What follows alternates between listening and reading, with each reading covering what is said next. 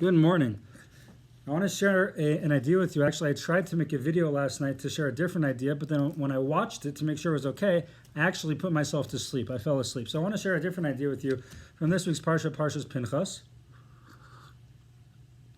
Now we see at the end of the census, the very end of the census, the Torah tells us about who made it to the land of Israel. And it says, of these there was no man of those counted by Moshe and Aaron the Kohen, who counted the children of Israel in the wilderness of Sinai. For Hashem had said of them, they will surely die in the desert. And not a man was left of them except for Kalev and Yoshua. Rashi tells us on the spot, what is the Torah telling us that there was no man who made it? So Rashi tells us, of al hanashim lo nigzar gzeras hameraglim, that this decree from the spies that the Jews were not allowed, that the people in the desert were not allowed to go into Israel, that only applied to the men, but not to the women. Why? They cherished, they desired, they loved the land.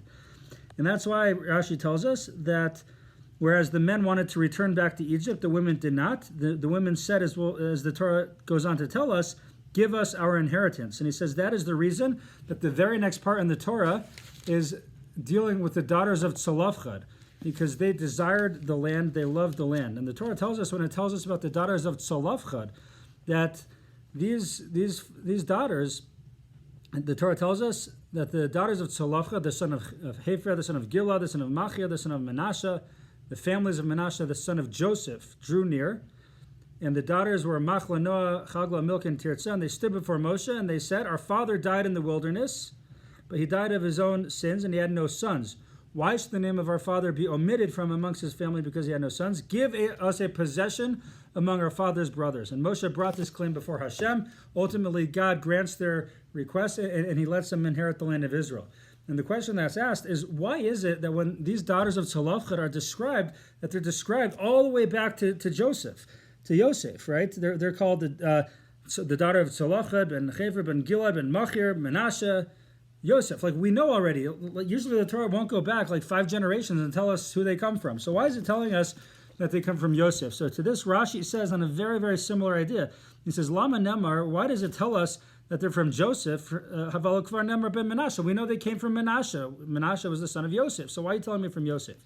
Rashi tells us, and I'll just read in the English, he says, because Yosef was chavev es haaretz. I did Hebrew. Yosef loved the land. He loved Israel so much so that he made his children swear that they would drag his bones out of Egypt into Israel. He cherished, he longed to get back to Israel.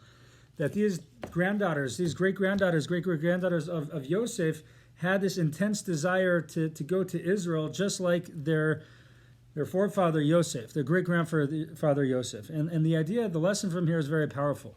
That we see from this that whereas the women in this generation loved and desired and wanted so much to be in the land of Israel, ultimately they were able to go.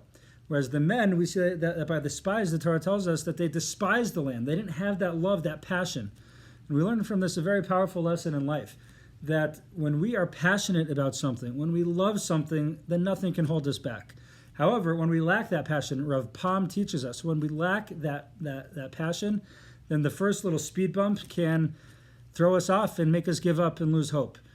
And that's a profound idea, that in life, when we make goals for ourselves and we get inspired to do something and we set off to do it, usually we get started. But how many of us ever finish? And the idea is that if we're really passionate, if we really desire to make a difference, to make a change, and to achieve our goals, if we really set our goals and our desires to do that, then God willing, we will succeed. We will be successful. And if we lack that passion and don't really believe in ourselves, don't think we can do it, then the first speed bump, we will be derailed. So God willing, we can discover our passions, be passionate about the right things, and ultimately achieve tremendous success in everything that we do. And specifically this time of year when we are mourning the galus we're mourning the exile, perhaps we can follow in the steps, the holy steps of the daughters of Tzolofchad and Yosef, and long with all of our heart and soul to be back in Yerushalayim, to be back in Israel, that the Mashiach should come. The problem is we don't want it enough. And the Chafetz Chaim wrote a book, Tzipisa Yoshua, that we don't long for the Geula, we don't long for the salvation that we needed so desperately. All of our problems ultimately are because we sit here in exile. And hopefully we can learn from the daughters of Tzolofchad and long with all of our heart and soul to be back in our land, maybe speedily and soon.